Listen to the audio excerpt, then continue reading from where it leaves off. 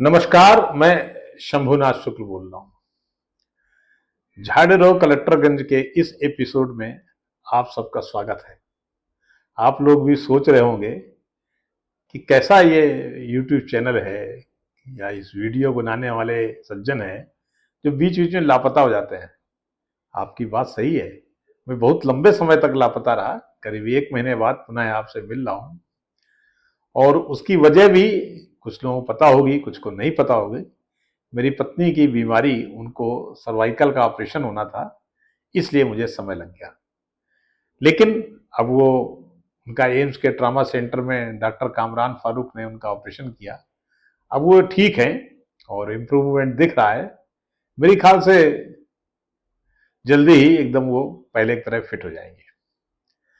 आज चूंकि अब थोड़ा राहत मिली तो मैंने सोचा आज आप लोगों की सेवा में प्रस्तुत होया जाए और कोई एक वीडियो आज लॉन्च किया जाए।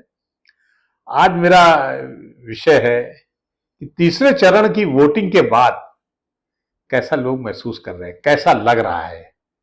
बाजार, शेयर बाजार, सब लोग क्या सोच रहे हैं, क्या होने जा रहा है। दुनिया भर की नजरें भारत पर टिकी हुई है। इतना बड़ा देश, दुनिया का सबसे बड़ा लोकतंत्र है मित्रों अपना देश। भले लोकतंत्र के रूप में अमेरिका सबसे पुराना हो, लेकिन हमारा देश सबसे बड़ा, इतना विशाल आबादी वाला देश, जिसकी आबादी 140 करोड़ से ऊपर हो, और यहां तक कहा जा रहा है कि चीन से ज्यादा हमारी आबादी है। लेकिन चीन में लोकतंत्र नहीं है। चीन में तो तानाशाही है, एक शासक है जो राज कर रहा है, कम्युनिस्ट है, समाजवादी गणतंत्र है, सारी बातें सही हैं। लेकिन हमारा एक लोकतांत्रिक धर्मनिरपेक्ष गणराज्य है, उसकी परीक्षा होनी है। ये जो चुनाव हमारी अगली लोकसभा के लिए होने जा रहा था, ये बहुत महत्वपूर्ण चुनाव था। पिछले 10 सालों से, 2014 से लगातार भारतीय जनता पार्टी शासन में थी और नरेंद्र मोदी प्रधानमंत्री थे। अभी तक जिस तरह की चीजें हुई हैं, बदली हैं, बहुत सारी चीजें नई आई हैं, फिजा बदली है। जैसे कुछ ऐतिहासिक कदम उठाए गए, कश्मीर में 370 हटाई गई, ऐसे बहुत सारे। बाबरी मस्जिद जो लगातार एक हमारे लिए सरदर्द बनी हुई थी, हर चुनाव में बाबरी मस्जिद मुद्दा रहता था, सुप्रीम कोर्ट ने इस मुद्दे को समाप्त कर दिया और अयोध्या में भी मंदिर निर्माण चालू, साथ में अयोध्या के पास मस्जिद भी बनने जा रही, इससे वो विवाद भी समाप्त हो गया। अब दिक्कत ये थी कि क्या, कौन से नए मुद्दे आएंगे जो इस चुनाव में होंगे।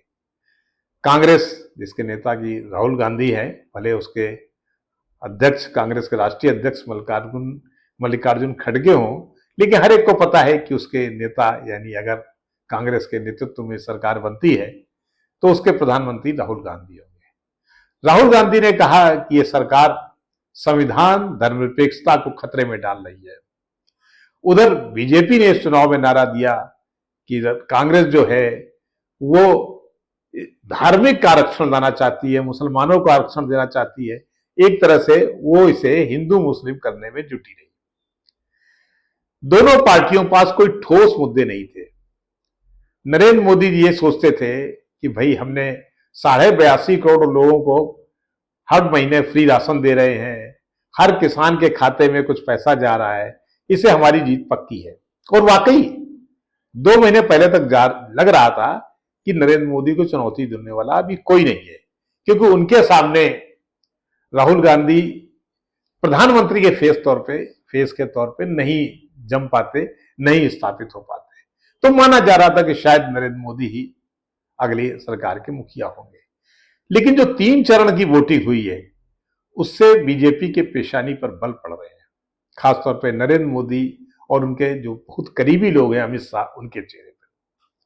उसकी वजह है 3 चरण की वोटिंग, यानी 543 में से 285 सीटों पर मतदान हो चुका है। और मतदान की जो गति रही, जिस तरह से धीमा मतदान रहा हिंदी बेल्ट में, जो बीजेपी का खास तौर पे समझा जाता है कि बीजेपी यहीं से सीटें ला पाएगी, वहां मतदान का प्रतिशत बहुत कम रहा। यहां तक कि 2014 से भी कम रहा, जब बीजेपी को 273-74 सीटें मिल पाई थी, उससे भी कम रहा। इसके विपरीत जो बीजेपी से बाहर के क्षेत्र हैं, जैसे नॉर्थ ईस्ट है या साउथ है, वहां मतदान की अच्छा रहा, बेहतर रहा। तो ये इससे जाहिर है बीजेपी को एक परेशानी है, क्या बीजेपी अगली बार सत्ता में आएगी या नहीं आ पाएगी। हालांकि अभी कुछ भी कहना मुश्किल है, अभी बहुत सीटें बाकी हैं, अभी हम एक तरफा नहीं कह सकते हैं। लेकिन इससे एक जो संकेत मिलता है कि नरेंद्र मोदी जी जो कि 400 पार का नारा लगा रहे थे एनडीए को, और बीजेपी के बारे में उनका कहना था 370 सीटें पक्की हैं, वो 370 मुश्किल में पड़ती दिख रही है। यहां तक कि जो गोदी मीडिया के चैनल हैं, जो न्यूज चैनल है, और बीजेपी को, नरेंद्र मोदी वाली बीजेपी को जो 350 सीटें, 360-70 सीटें दे रहे थे, उनके भी जो संपादक लोग हैं उनके चेहरे पे थोड़ी सी मायूसी आई है, क्या पता इतनी सीटें आ पाएंगे नहीं आ पाएंगे। मैं कहीं निकला नहीं, मैं कहीं भी इस बार निकल नहीं पाया, इसलिए मैंने पहले बताया कि मेरी पत्नी का ऑपरेशन होना था, वो भी सर्वाइकल का। सर्वाइकल ऑपरेशन बड़ा मेजर होता है, इससे कहीं निकला नहीं। लेकिन मित्रों, बतौर पत्रकार चूंकि मैं जहां जा रहा हूं, शुरुआत मैंने दैनिक जागरण से की थी, फिर जनसत्ता में एक लंबे समय तक मैं स्टेट देखता था, यूपी, एमपी, बिहार, राजस्थान। तो यहाँ के सारे स्टिंगर, फिर जब मैं कलकत्ता में रहा तो कलकत्ता से जुड़े हुए जो इलाके थे वहां के स्टिंगर, चंडीगढ़ के स्टिंगर, और अपने अमर उजाला के सारे स्टिंगर्स, सारे से अपना एक अच्छे ताल्लुकात हैं। तो वो लोग कोई ना कोई जानकारी दिया करते हैं और सटीक जानकारी बैठती है। इसे बहुत लोगों ने कहा कि आपकी क्या भविष्यवाणी है, लेकिन मैं कोई भविष्यवक्ता नहीं हूं, मैं कोई भविष्यवाणी नहीं कर सकता हूं। पर इन जो 3 चरण की वोटिंग है, जो वोटिंग परसेंटेज है, और जिस तरह का रुझान दिख रहा है आगे भी, आज ही नहीं आगे भी, उसमें यह लगता है मित्रों कि शायद मोदी जी इतनी आसानी से लौट नहीं पाएंगे। सीट तो आएंगी बीजेपी की, इसमें कोई शक नहीं। सिंगल लार्जेस्ट पार्टी भी बीजेपी ही होगी, इसमें भी कोई शक नहीं है। और इसकी भी पूरी संभावना है कि सरकार भी बीजेपी की ही बनेगी, पूरी संभावना है, मतलब 99% मुझे मालूम लगता है सरकार बीजेपी की बनेगी, क्योंकि अपोजिशन कुल मिला के मिलजुल कर भी एक तो इतनी ज्यादा सीटें ला नहीं पाएगा कि वो बीजेपी ज्यादा निकल जाए, दूसरे बीजेपी मतलब एनडीए घटक दलों से ज्यादा निकल जाए, दूसरे अगर ऐसा हो भी गया तो प्रधानमंत्री के फेस को लेकर के बड़ा मुश्किल हो जाएगा। राहुल गांधी वो मेच्योरिटी नहीं दिखा पाए, अभी भी नहीं दिखा पा रहे हैं। उनसे ज्यादा मेच्योर तो उनकी बहन है प्रियंका गांधी, फिर भी मेच्योर दिखाई पड़ती है। उनकी भाषण शैली, उनके बोलने की शैली, उसमें कहीं ना कहीं इंदिरा गांधी का लुक दिखता है, जो राहुल गांधी में नहीं दिखता। इसे मुझे लगता है कि राहुल गांधी बतौर पीएम फेस सामने आ पाएंगे, पर इसमें कोई शक नहीं कि बीजेपी में तो भाई ऑलरेडी एक पीएम फेस है। पर अगर बीजेपी की सीटें बहुमत से कम जाती हैं तब क्या होगा? क्या घटक दल, यानी जो एनडीए गठबंधन में दल हैं, हालांकि बहुत सारे दल अब टूट गए हैं, अकाली दल नहीं रहा, और हालांकि अकाली दल को सीटें कितनी मिलती, और बीजेडी जो उनको सब थोड़ा बहुत सिंपैथाइजर थी वो भी दूर हो गई है, तो क्या नरेंद्र मोदी जी को सपोर्ट देंगे? ये स्थिति वही हो गई है जो एक जमाने में जब बीजेपी को एक तरह से बहुत ज्यादा सीटें मिली थी और एनडीए बहुमत में आ गया था, तब ये सवाल उठा था कौन प्रधानमंत्री बनेगा। आडवाणी जो बीजेपी को सबसे ज्यादा सीटें दिलाने में सबसे बड़े नेता साबित हुए थे, वो नहीं बन पाए, बल्कि बने अटल बिहारी वाजपेयी, जिनका उस बीजेपी में ज्यादा रोल नहीं था, जो बीजेपी राम मंदिर को लेकर आगे बढ़ी थी और सीटें पाई थी। यानी क्योंकि उनकी सर्व स्वीकारता नहीं थी, वही सर्व स्वीकारता फिर आ गई है। क्या सर्व स्वीकार्य होंगे नरेंद्र मोदी जी या नहीं होंगे? और अगर नहीं हुए तब क्या होगा? कुछ नाम उभरते हैं, कुछ लोग कहते हैं अमित शाह, पर अमित शाह थोड़े और कट्टर माने जाते हैं। एक और नाम आता है योगी आदित्यनाथ, लेकिन योगी आदित्यनाथ की छवि भी कट्टर है, ऑल इंडिया लेवल पे बहुत कट्टर मानी जाएगी।